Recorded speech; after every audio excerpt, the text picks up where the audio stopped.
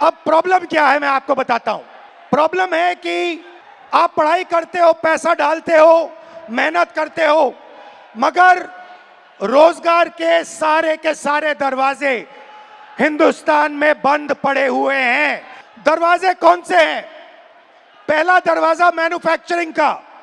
आज दुनिया में आपको मेड इन चाइना दिखेगा, मेड इन वियतनाम दिखेगा, मेड इन बांग्लादेश दिखेगा, मगर मेड इन इंडिया नहीं दिखेगा। इसका कारण है नोटबंदी और गलत जीएसटी ने हमारे मैन्युफैक्चरिंग सिस्टम को खत्म कर दिया है।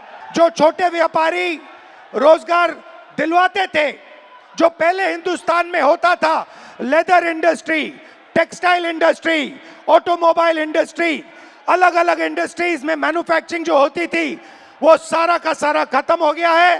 पहला दरवाजा बंद।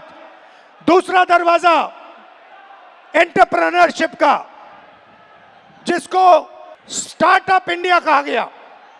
स्टार्टअप इंडिया में सबसे जरूरी चीज, आप जैसे स्टूडेंट्स को बैंक लोन, छोटे बिजनेसेस को बैंक लोन, फाइनेंशियल सपोर्ट।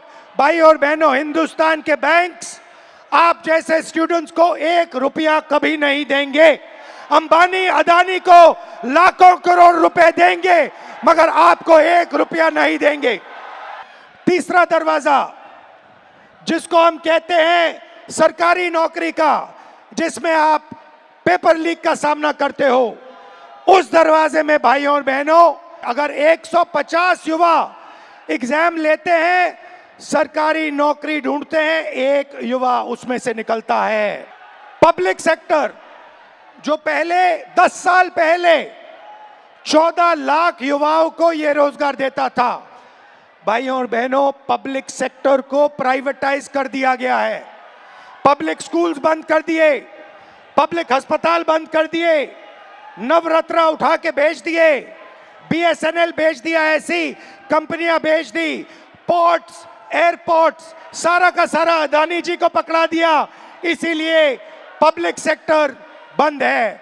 और आखिरी होप जो आपका था, corporate jobs, IT, back office, transcription software, जिसमें पहले हिंदुस्तान के युवाओं को रोजगार मिलता था, वो दरवाजा भी भाइयों और बहनों आपके डेटा का प्रयोग करके एआई से यह भी दरवाजा बंद किया जा रहा है। तो सच्चाई है कि पांचों दरवाजे आपके लिए बंद हैं और इसीलिए आपको भयंकर दर्द हो रहा है।